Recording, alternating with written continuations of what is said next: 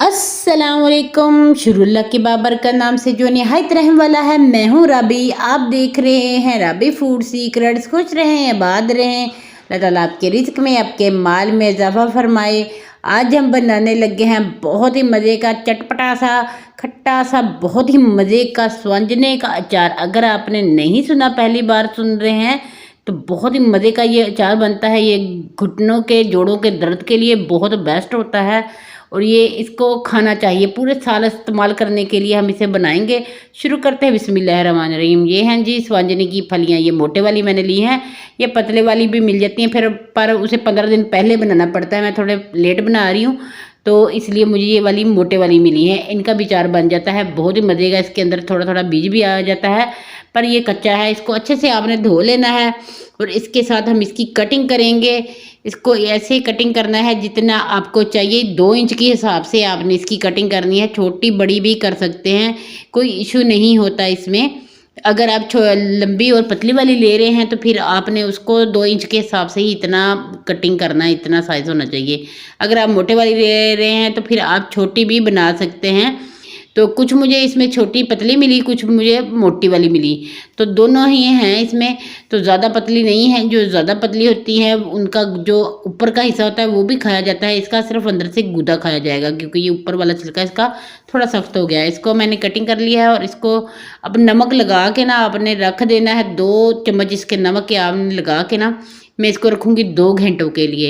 ये इतना मज़े का और इतना फ़ायदेमंद होता है, यकीन जाने। इसका अचार भी बनता है, इसको सालन में भी पकाया जाता है और इसके बहुत सारे और भी फ़वाइद हैं जो मैं आपको नेक्स्ट वीडियो में ज़रूर बताती रहूँगी, जैसे जैसे मैं स्वांजनी की बाकी वीडियो बनाऊँगी।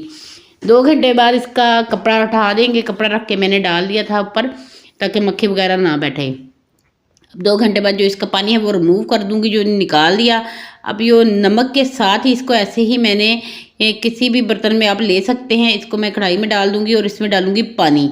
पानी इतना डालना है कि ये सिर्फ इसमें डूब जाए, भीग जानी चाहिए। ये थोड़ी सी तर के ना ऊपर से आ जाती हैं, तो आप देख सकते हैं। तो इसको अब हम बॉयल करेंगे क्योंकि ये थोड़ी सख्त वाली हैं, इसको बॉयल करना पड़ता है। अगर आप पतली वाली लें तो उसको बॉयल नहीं करना पड़ता, वो वैसे ही बन जाती हैं। ये इतनी झटपट में अचार बनता है कि इसको आप फ़ौरन भी खा सकते हैं 2 घंटे के बाद। तो ये वाला अचार जो मैं बना रही हूँ इसको 2 घंटे बाद आप खा सकते हैं।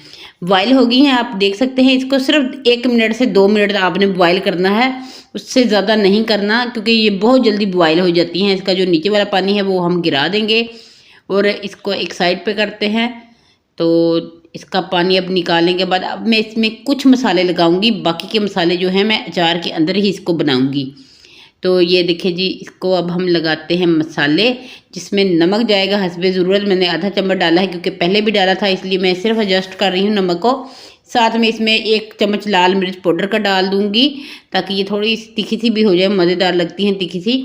और 1 चम्मच हल्दी का। हल्दी बहुत ज़रूरी होती है इसमें, हर अचार में हल्दी ज़रूरी होती है। अगर आपके पास पहले से पड़ा हुआ अचार ना हो तो फिर आपने मार्केट से अचार ले लेना है, नहीं तो फिर आप सूखे मसाले जो होते हैं, अजवाइन होती है और इसमें मेथे भी जाते हैं और इसमें कलौंजी और सौंफ भी जाते हैं, वो भी आपने इसमें डाल देने हैं। पर मैं वो वाले नहीं डालूंगी, इनको हाथों के साथ मिक्स कर दूंगी।